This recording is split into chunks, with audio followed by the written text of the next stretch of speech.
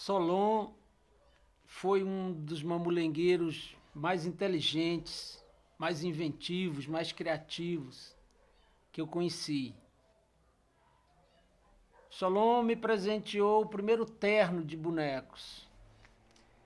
Bonecos que eu brinco até hoje com eles. Solon, além de brincar, refletia e pensava e conversava muito sobre a brincadeira. Antes de existir o ser humano na Terra, já existia boneco. E eu pensando, claro, boneco de barro, né? O ser humano é feito de barro e depois é que virou gente. Ele, não, Chico, isso é a história da Bíblia, não é assim não. O boneco, ele nasceu das plantas. Então, primeiro vem as plantas, depois que o boneco vai saindo da planta e vai virando gente. Ele dizia, olha, Chico, um boneco desse vai viver mais do que você, vai viver mais do que eu. Esse boneco, ele existe mesmo em São Saruê. São Saruê é um lugar onde vive tudo que se imagina. Então o boneco é vivo lá em São Saruê. Então tudo que você pensar aqui está acontecendo em São Saruê. Por isso você deve cuidar bem dos bonecos, porque eles estão existindo em São Saruê. E quando você parar de brincar com eles, outras pessoas vão brincar.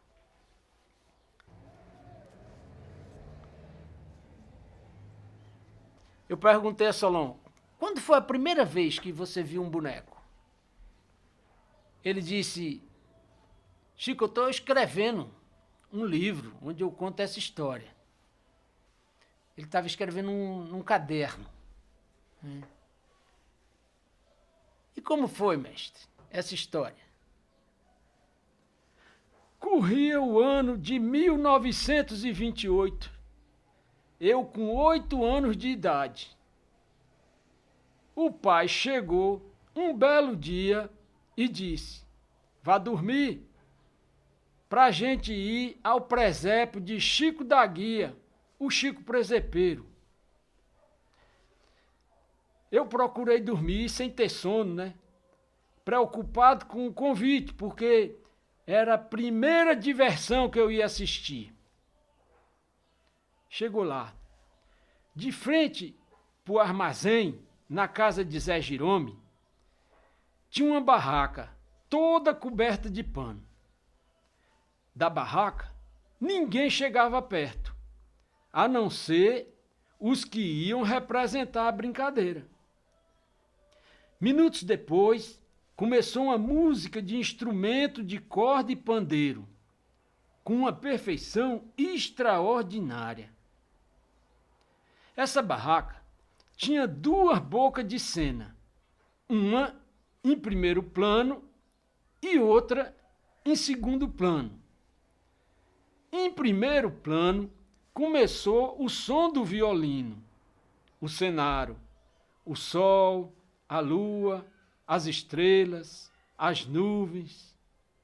Aquelas nuvens apresentavam uma figura que já ia dizendo, eu sou o Pai Celestial, faça-se o sol, faça-se a lua, faça-se as estrelas. Separe água da terra com todos os seres viventes. Peraí, Solon. Como é esse negócio de primeiro plano e segundo plano? Um plano era embaixo e o segundo plano era em cima. Essas histórias que eu estou falando acontecia assim embaixo. Eu sei. É como acontece no Teatro de Santo Aleixo, ainda hoje em Portugal. Então, esses bonecos aí, eles são brincados com um arame na cabeça deles, de cima para baixo, para eles aparecerem embaixo. Oi, essas coisas aí eu não vi não, viu? Você que sabe. Eu imagino que seja assim. E esse segundo plano é o boneco de cima. Mas conte mais. Que mais que acontecia aí nesse primeiro plano aí de baixo? Oi, naquele cenário tinha toda qualidade de animal, viu? E o pai falava: eu sou o Pai eterno e Criador. Aí vem a terra com muito arvoredo, animais, passarinhos, flores e fruteiras que servirão de alimento para quem lhe cultivar. Tudo isso aparecia com um fundo musical em vários sentidos. Aí aparecia a figura de um homem assim, do tamanho de 30 centímetros mais ou menos.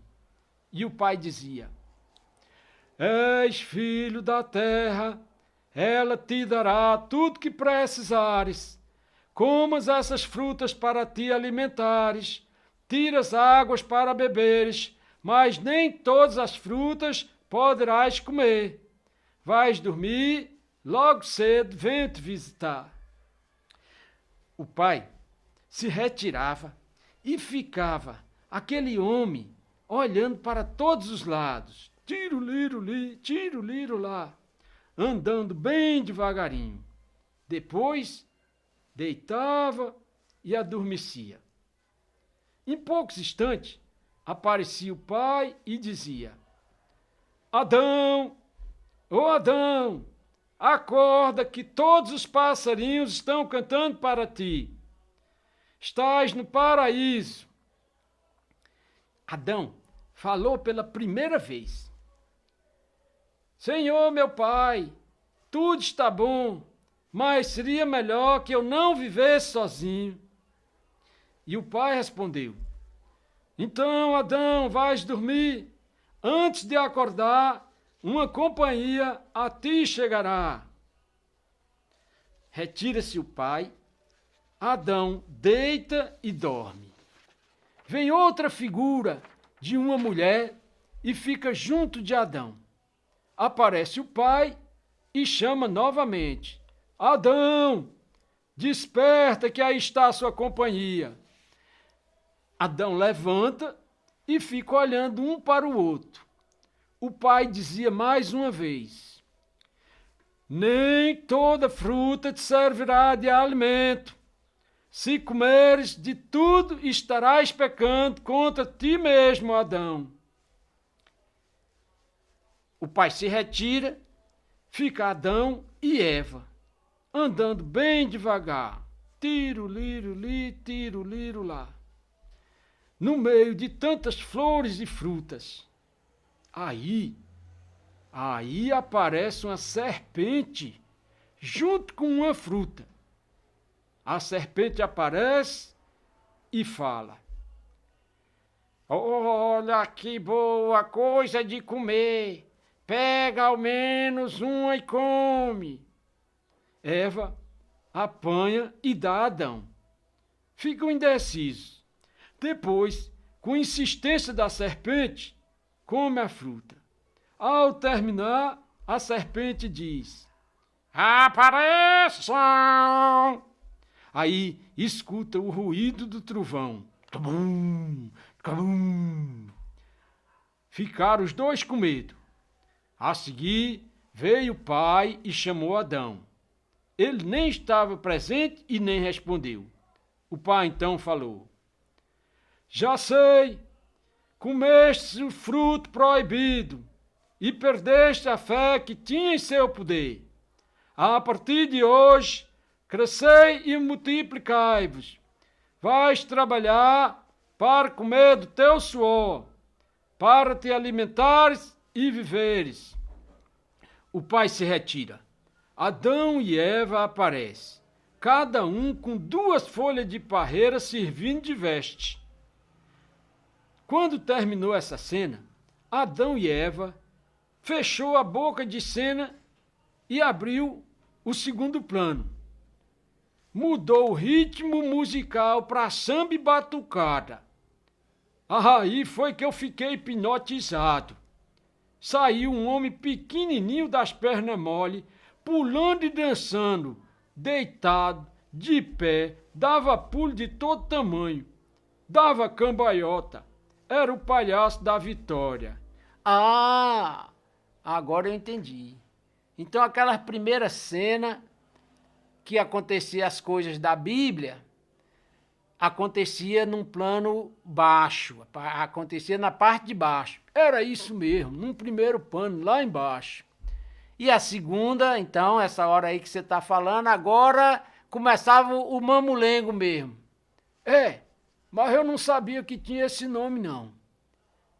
Mas era isso mesmo. Se aparecer o palhaço da Vitória dando cambalhota, só podia ser essa brincadeira mesmo. Conte mais. O que é que você viu nessa primeira brincadeira de mamulengo? Esse homem pequenino dizia loa e falava abertamente com voz semelhante. Depois saiu um negro valente que eu só via dentadura muito próxima. Já sei. Esse aí era Goiaba, então. Pode ser, não me lembro o nome, não. Aí, eu queria ver os pés desse boneco. Não, mas não tem jeito de ver os pés, porque esses bonecos aí já são bonecos de luva. Mas eu não sabia dessas coisas, não. Eu pensava que aquilo tudo era gente miúda, uns anão brincando. A seguir, saiu um velho, onde travaram uma forte discussão. O negro deu uma paulada no velho. Matou o velho. O velho ficou morto. Ficou só a cabeça e os braços, o resto desapareceu. Depois veio a polícia para prender o tal Goiaba. Foi outra confusão danada. Juntou Goiaba, os polícia, formaram aquele bolo danado, um batalhão de fumaça. Caiu tudo embaixo e sumiu tudo de novamente. Apareceu uma véia, um boi e o filho da véia. A velha cismou de querer tirar leite do boi, porque quem vendeu o boi disse que dava leite. O filho dizia a ela que era mentira. O boi ficou bravo e dando chifrada. O filho socorreu a velha. O boi dava chifrada. Eu fiquei com pena da velha, porque o boi imprensava ela no pau da barraca, que era capaz de partir a velha em 2 pedaços. Com esse movimento, me achei cansado e o sono me dominou. Até que horas? Não sei. Quando meu pai, minha mãe me despertaram, já foi para vir para casa. Eu, completamente traumatizado com aquele estado de coisa. Quando amanheceu o dia, eu perguntei a meu pai de onde era aquele povo tão pequenino que cantava e brigava tanto. Meu pai respondeu: é boneco de madeira vestido de pano. Depois eu te levo em outro, para você entender melhor. Meu pai depois me levou para assistir o mamulengo do tal Sebastião Inglês. A barraca era diferente. Tinha um conjunto com sanfona, 8 baixos, triângulo e bombo. E só tinha uma boca de cena. Na hora de começar, saiu para fora o Mateus dançando. Mandou os meninos abrir a roda. Depois sim, saiu o palhaço. Eu fiquei observando, com calma, o movimento dos bonecos. Foi assim, Chico, a primeira vez que eu vi um brinquedo desse, em 1928. E quando você começou a brincar, mestre? Olha, eu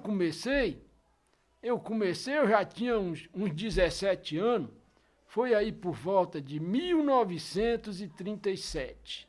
Mas aí já é outra história, né? Mas eu quero também conhecer essa história, viu? Eu conto.